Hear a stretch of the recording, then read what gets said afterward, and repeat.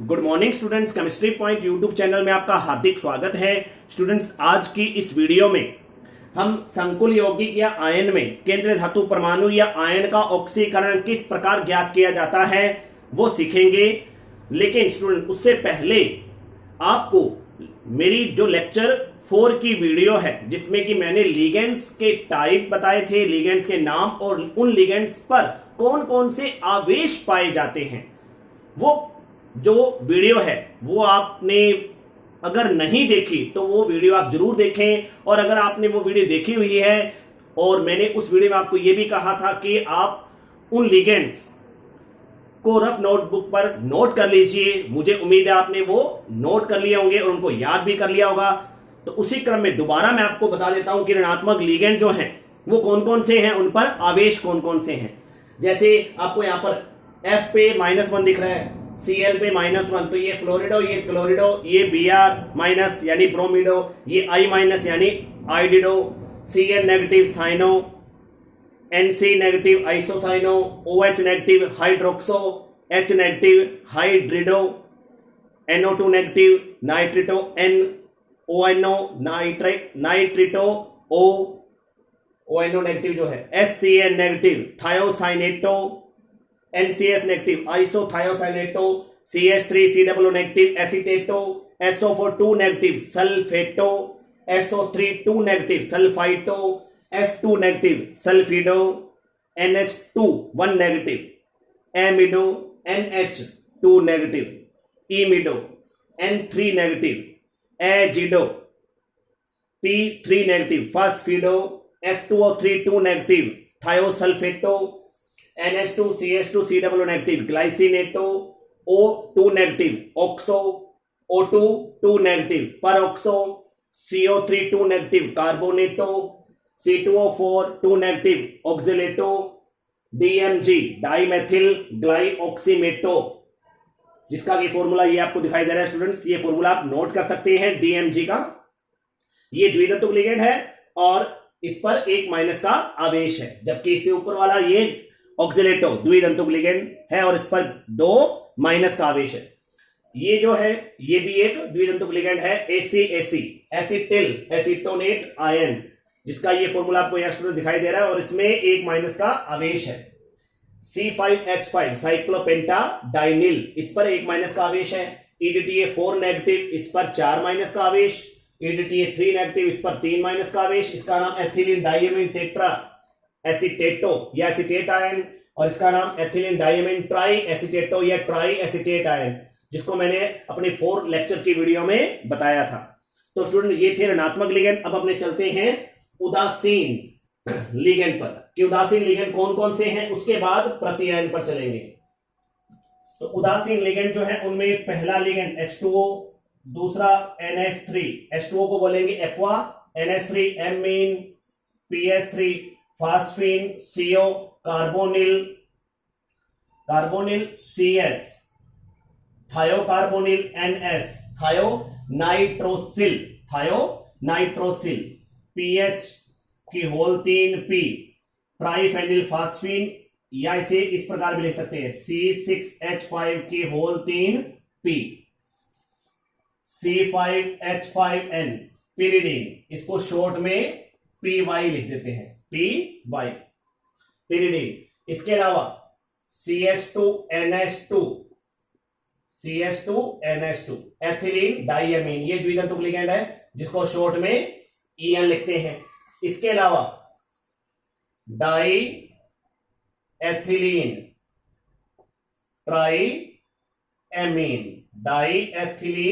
ट्राइएमीन, ये त्रिदंतुक लिगेंड जो कि उदासीन लिगेंड। अब ये स्टूडेंट उदासीन लिगेंड लिख रहा हूं।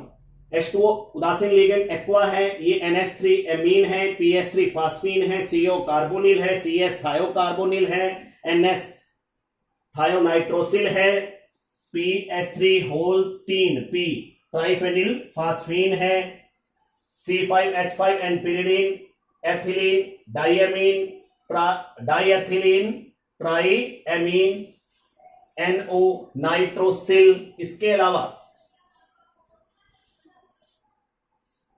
Try ethylene, tetra amine, tri ethylene, tri ethylene tetra amine. तो स्टूडेंट देखिए, ये पहला एथिलीन, ये दूसरा एथिलीन और ये तीसरा एथिलीन, 3 एथिलीन और 4 एमीन, ये पहला एमीन, ये दूसरा एमीन, ये तीसरा और ये चौथा। तो ये चतुर्दंतुक लिगेंड है, इसके बारे में भी मैंने आपको पिछली 4 वीडियो में बताया था। तो स्टूडेंट ये थे उदासीन लिगेंड। अगर स्टूडेंट आपको संकुल यौगिक में समन्वय मंडल के अंदर जो मैंने अभी ऋणात्मक और ये उदासीन लिगेंड बताए हैं, तो इनके आपको चार्ज जरूर याद रखने हैं। इन पर कोई चार्ज नहीं है। इससे पहले जो ऋणात्मक लिगेंड बताए थे उन पर पर्टिकुलर जो -1, -2, -3 आवेश था वो भी आपको याद रखने हैं। अब चलते हैं प्रति आयन, यानी समन्वय मंडल के बाहर जो सरल आयन बाईं तरफ या दाईं तरफ उपस्थित होते हैं वो कौन कौन से हो सकते हैं और उन पर कौन कौन से चार्ज हो सकते हैं। जैसे Li+ lithium ion, Na+ sodium ion, K+ potassium ion, Cu2+ cupric ion, Mg2+ magnesium ion, Zn2+ zinc ion, Fe3+ ferric ion. ये स्टूडेंट ऐसे आयन है जो धनात्मक है और समन्वय मंडल के बाईं तरफ यहां मौजूद हो सकते हैं। जैसे Na2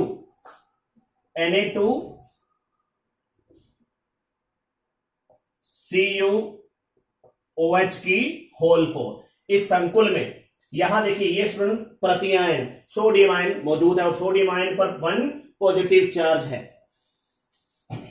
इसके बाद जो समन्वय मंडल के दाईं तरफ सरल ऋणायन हो सकते हैं वो कौन कौन से हो सकते हैं। SO4 2 negative sulphate ion. Student ध्यान देना, ये जब SO4 2 नेगेटिव समन्वय मंडल के अंदर हो तब इसे लिगेंड कहना है और लिगेंड के रूप में इसका नाम सल्फेटो होगा। लेकिन यदि समन्वय मंडल के बाहर हो ये प्रति आयन के रूप में तब इसे सल्फेट आयन, सल्फेट ही कहा जाएगा। SO4, इसके बाद CO3 2 negative carbonate, ClO4 1 negative perchlorate, Cl negative chloride, Br negative bromide, I negative iodide, NO3 negative nitrate. तो स्टूडेंट ये कुछ सरल आयन है, सरल ऋणायन है जिन्हें अपने प्रति आयन कहते हैं। और ये प्रति आयन कौन से हैं, धनायन, और ये प्रति आयन कौन से हैं, ऋणायन। ये ध्यान रखना स्टूडेंट, जब ये समन्वय मंडल के बाईं तरफ ये होंगे, दाईं तरफ ये होंगे, तो इन पर उपस्थित आवेश को आपको इस प्रकार रखना है। जैसे लिथियम पर +1, सोडियम पर +1, पोटेशियम पर +1, कॉपर पर +2, मैग्नीशियम पर +2, जिंक पर +2, फेरिक Fe पर +3। इसी प्रकार SO4 पर -2, कार्बोनेट पर -2, ClO4 पर क्लोरेट पर -1, Cl, Br, I इन पर -1, NO3 पर -1। अब स्टूडेंट अपने कुछ उदाहरण लेकर संकुल यौगिक या संकुल आयन में केंद्रीय धातु परमाणु का ऑक्सीकरण अंक किस प्रकार ज्ञात करेंगे वो एग्जांपल लेते हैं। तो सबसे पहला उदाहरण मैं यहां पर ले रहा हूं K4FeCN6 का। तो स्टूडेंट देखिए, इस संकुल यौगिक का नाम मैंने आपको पहले बताया था। इस संकुल का नाम क्या है, पोटेशियम फेरोसाइनाइड। और इस संकुल में केंद्रीय धातु परमाणु कौन है, यहां पर Fe है और अपने को इसका ऑक्सीकरण अंक निकालना है। और केंद्रीय धातु परमाणु क्या होगा, बिल्कुल सेंटर में होगा। यानी समन्वय मंडल जो है उस मंडल में बाईं तरफ, लगभग बाईं तरफ जो परमाणु आपको धातु परमाणु दिखाई देगा वो यहां पर केंद्रीय धातु परमाणु होगा या केंद्रीय धातु आयन होगा। तो स्टूडेंट अपने को यहां इस संकुल में K4FeCN6 में Fe का ऑक्सीकरण ज्ञात करना है। तो आपने पिछली कक्षा 11 में ऑक्सीकरण ज्ञात करने में कुछ नियम भी पढ़े होंगे, ऑक्सीकरण ज्ञात करने का तरीका भी सीखा होगा कि जिस तत्व को ऑक्सीकरण ज्ञात करना होता है उसे अपने X मान लेते हैं। तो यहां इस Fe की जगह मैं इसको X मान लेता हूं। और अपने जानते हैं प्रति आयन के रूप में पोटेशियम जब होता है तो पोटेशियम का ऑक्सीकरण क्या होता है, +1, और इसकी संख्या यहां पर कितनी दिखाई दे रही है, 4। तो +1 × 4 प्लस Fe को यहां पर क्या मान लेते हैं अपने X। और Cn ये साइनो है, अभी मैंने बताया था साइनो पर -1 आवेश है और साइनो की संख्या यहां पर कितनी दिखाई दे रही है स्टूडेंट, 6 दिखाई दे रही है, और ये संकुल पूरा उदासीन दिखाई दे रहा है। उदासीन संकुल जब दिखाई दे तो उसके बराबर में 0 रखेंगे। अब यहां पर अपने +1 को 4 से गुणा करते हैं, +4, ये +x, और ये -6 हो चुका है। -1 इंटू 6, -6 बराबर 0। अब आवेशों का बीजीय योग करते हैं, +4 -6, तो क्या बचेगा, x - 2 बराबर 0। तो x बराबर क्या आ जाएगा, +2। x किसे माना था अपने, Fe को। यानी इस संकुल में केंद्रीय धातु परमाणु का ऑक्सीकरण क्या आ चुका है स्टूडेंट्स, यहां +2 आ चुका है। अब नेक्स्ट बात करते हैं K3FeCN6 की। K3FeCN6 में अगर अपने को Fe का ऑक्सीकरण निकालना है तो ठीक इसी प्रकार, +1 इंटू 3, ये 3 यहां पर पोटेशियम आयन की संख्या, और पोटेशियम आयन पर +1 चार्ज है, +1 इंटू 3, प्लस इस Fe को मान लिया x, प्लस Cn को यहां पर क्या, Cn का आवेश क्या है, -1, और इसकी संख्या वही +6 बराबर में रखेंगे 0, क्योंकि ऊपर कोई आवेश नहीं है। +3 प्लस x - 6 बराबर 0, x - 3 बराबर 0, x बराबर +3। तो इस संकुल में केंद्र धातु परमाणु या जो आयन उपस्थित है Fe, इसका ऑक्सीकरण कितना है, +3, यानी यहां पर फेरिक रूप में है और इससे पहले वाले में फेरस रूप में उपस्थित था। अब अपने नेक्स्ट बात करते हैं COEN की होल 3 पॉजिटिव में। स्टूडेंट ये एक संकुल आयन है, क्योंकि अपने को समन्वय मंडल के ऊपर आवेश लगा हुआ दिखाई दे रहा है, तो किसी भी संकुल में समन्वय मंडल के ऊपर यदि अपने को कोई आवेश लगा हुआ दिखाई दे तो उस संकुल को संकुल आयन कहना है। और यदि वो संकुल के ऊपर पॉजिटिव चार्ज दिखाई दे रहा है तो उसे संकुल धनायन बोलेंगे, और यदि उस संकुल के ऊपर नेगेटिव चार्ज दिखाई दे रहा है तो उसे संकुल ऋणायन कहेंगे। जैसे इसका मैं उदाहरण यहां पर ले रहा हूं, AgCN की होल 2 नेगेटिव। तो ये स्टूडेंट संकुल ऋणायन है और ये संकुल धनायन है। तो पहले इसमें केंद्रीय धातु परमाणु कोबाल्ट का संकरण, ऑक्सीकरण ज्ञात करते हैं। तो कोबाल्ट को यहां पर क्या मान लेते हैं, x, और En एथिलीन डाइएमीन होता है जो कि उदासीन लिगेंड है, और इसका ऑक्सीकरण 0 होता है। इसकी संख्या कितनी यहां पर 3 है। तो 0 को किससे गुणा करेंगे, 3 से, और उसके बराबर में जो आवेश ब्रैकेट के ऊपर समन्वय मंडल के ऊपर दाईं तरफ दिखाई दे रहा है वो आवेश बराबर में रखेंगे। तो यहां पर बराबर में कौन सा आवेश रखेंगे, +3, क्योंकि अपने को ऊपर +3 आवेश दिखाई दे रहा है।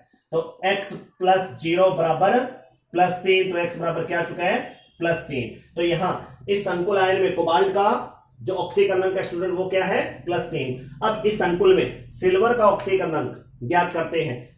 तो सिल्वर को मान लिया स्टूडेंट x, और साइनो का ऑक्सीकरण -1 होता है, यानी Cn समूह पर -1 आवेश होता है, और इसकी संख्या यहां पर कितनी है, 2, और बराबर में चूंकि अपने को समन्वय मंडल के ऊपर -1 दिखाई दे रहा है तो -1 रखेंगे। तो x - 2 बराबर -1, x बराबर -1, और ये -2 उधर जाके क्या हो जाएगा, +2। अब आवेशों का बीजीय योग करेंगे तो स्टूडेंट क्या आएगा, सिल्वर का ऑक्सीकरण +1 आएगा। यानी यहां पर इस संकुल में सिल्वर जो है Ag है उसका ऑक्सीकरण क्या है, +1 है। अब स्टूडेंट कुछ उदाहरण और लेते हैं। मुझे उम्मीद है कि आपको संकुल यौगिक या संकुल आयन में केंद्रीय धातु परमाणु या आयन का ऑक्सीकरण निकालना आ चुका होगा। अगर स्टूडेंट आपको अभी तक ये ऑक्सीकरण निकालना नहीं आया है तो मेरी लेक्चर 4 की वीडियो आप जरूर देखें, क्योंकि उसमें मैंने संकुल यौगिक में उपस्थित जो लिगेंड होते हैं उन पर कौन कौन से आवेश पाए जाते हैं, लिगेंड के टाइप बताए थे, लिगेंड के नाम बताए थे। वो वीडियो बहुत महत्वपूर्ण वीडियो है, वो आप जरूर देखें। अब नेक्स्ट बात करते हैं स्टूडेंट FeCO होल 5 में Fe का ऑक्सीकरण अंक निकालें। तो Fe यहां पर केंद्रीय धातु परमाणु है, इसका ऑक्सीकरण निकालें, इसे अपने x मान लें, x, और CO यानी कार्बोनिल लिगेंड होता है जो कि उदासीन लिगेंड है, तो इसका ऑक्सीकरण 0 है। तो इसकी संख्या यहां पर कितनी दिखाई दे रही है, 5। तो 0 को 5 से गुणा करें और बराबर में वो आवेश रखते हैं जो संकुल के ऊपर दिखाई देता है। ऊपर अपने को कोई भी आवेश नहीं दिखा दे रहा तो उसके बराबर में क्या रखेंगे, 0। तो उत्तर क्या आएगा, x बराबर 0। यानी इस संकुल में केंद्रीय धातु परमाणु का ऑक्सीकरण अंक 0 है। ठीक इसी प्रकार NiCO होल 4 में निकेल का ऑक्सीकरण निकाले तो निकेल को मान लिया x, और कार्बोनिल जो कि उदासीन लिगेंड उसका ऑक्सीकरण 0 है, इसकी संख्या यहां पर 4 और बराबर में रखेंगे 0, क्योंकि कोई ऊपर कोई आवेश नहीं है। तो x बराबर क्या हो चुका है, 0। तो स्टूडेंट इस संकुल में भी निकेल का ऑक्सीकरण क्या है, 0 है। अब स्टूडेंट मैं आपको एक बात बता देता हूं, ऐसे संकुल जिनमें केंद्र धातु परमाणु सीधे कार्बोनिल लिगेंड से जुड़ा होता है उन्हें धातु कार्बोनिल यौगिक कहते हैं। तो ये जो संकुल यौगिक है ये एक प्रकार से धातु कार्बोनिल यौगिक भी कहलाते हैं। इस बात का ध्यान रखेंगे कि जिन संकुल यौगिक में केंद्रीय धातु परमाणु के साथ सीधे कार्बोनिल लिगेंड, उसके अलावा कोई अन्य लिगेंड उपस्थित ना हो, केवल कार्बोनिल लिगेंड उपस्थित हो, तो ऐसे संकुल को धातु कार्बोनिल यौगिक भी कहा जाता है। अब एक दो उदाहरण और ले लेते हैं स्टूडेंट्स, जैसे K2ZnOH की होल 4 Cu2FeCl6। इस संकुल में अपने को केंद्रीय धातु परमाणु जिंक का ऑक्सीकरण निकालना है। तो पोटेशियम का ऑक्सीकरण में जानते हैं +1, इसकी संख्या को +1 से गुणा कर दिया और जिंक को रख लिया यहां पर x, जिंक को अपने x मान लिया, और OH हाइड्रोक्सो, उस पर कौन सा आवेश था स्टूडेंट, -1 का, -1 इंटू इसकी संख्या पर कितनी दिखाई दे रही है, 4, और बराबर में क्या रखेंगे, 0। तो प्लस का 2 प्लस x, ये -1 इंटू 4 माइनस का 4, तो x -4 और बराबर 0। तो आवेशों का बीजयोग करेंगे, प्लस का 2 और माइनस का 4 है, तो क्या बचेगा, -2, x -2 बराबर 0, x बराबर क्या हो चुका है, +2। तो स्टूडेंट इस संकुल यौगिक में जिंक का ऑक्सीकरण यहां पर क्या है, +2। अब इस संकुल में बात करते हैं कॉपर फेरोसाइनाइड में, यानी कॉपर हेक्सासाइनोफेरेट सेकेंड में। इस संकुल में केंद्रीय धातु परमाणु जो है Fe, इसका ऑक्सीकरण ज्ञात करना है। तो स्टूडेंट अभी मैंने आपको बताया था प्रतिआयन के रूप में जब CO दिखाई दे तो CO का ऑक्सीकरण क्या रखना है, आपको +2 रखना है। तो +2 इंटू 2 प्लस Fe के लिए क्या रखेंगे, x, प्लस साइनाइड की जगह -1 इंटू 6 बराबर में 0। तो +2 इंटू 2 यानी +4 प्लस x, ये -1 इंटू 6 -6 बराबर 0, +4 है -6 है, तो क्या बचेगा, -2, x -2 बराबर 0, तो x बराबर क्या आएगा, +2। तो स्टूडेंट मुझे उम्मीद है आप संकुल यौगिक या संकुल आयन में केंद्रीय धातु परमाणु का ऑक्सीकरण निकालना सीख गए होंगे। स्टूडेंट्स अगर आपको मेरी ये वीडियो पसंद आई है तो